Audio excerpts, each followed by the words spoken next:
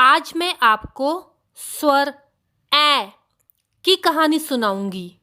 इस कहानी में दो बच्चे होते हैं, ऐश्वर्य और ऐश्वर्या।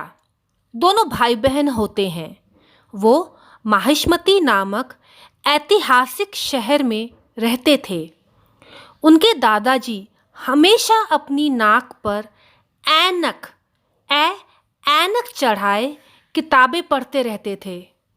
ऐश्वर्या बहुत प्यारी लड़की थी, पर उसमें एक बहुत बड़ा ऐब था। ऐब मतलब बुराई। वो बहुत जिद्दी थी। वो किसी की बात नहीं मानती थी। एक दिन उसके दादाजी किताब पढ़ रहे थे। ऐश्वर्या ने किताब में एक चित्र देखकर पूछा, दादाजी, ये तो सफ़ेद रंग के हाथी का चित्र है। मैंने ऐसा हाथी कभी भी नहीं देखा है। ये तो बहुत ही सुंदर लग रहा है। दादाजी ने कहा, हाँ बेटा, ये भगवान इंद्र का हाथी है। इसका नाम ऐरावत है। ऐश्वर्या भी वहीं पर थी।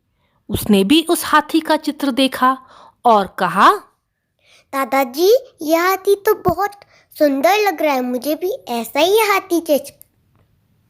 ऐश्वर्या ने जिद पकड़ ली कि उसको भी ऐसा ही हाथी चाहिए।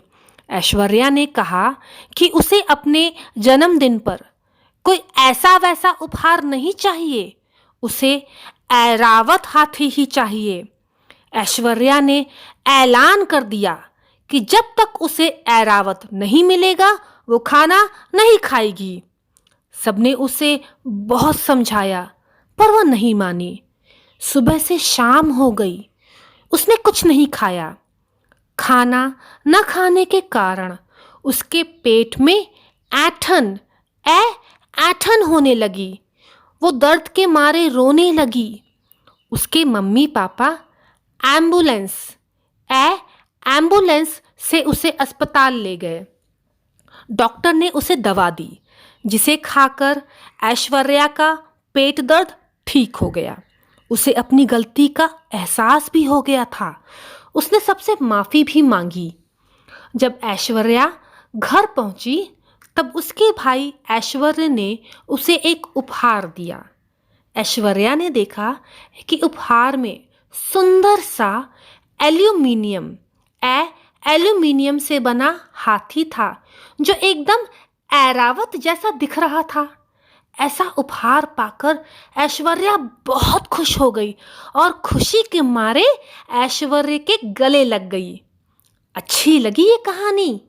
इस कहानी से हमने कई शब्द जाने जिनसे ऐ स्वर की ध्वनि आ रही है।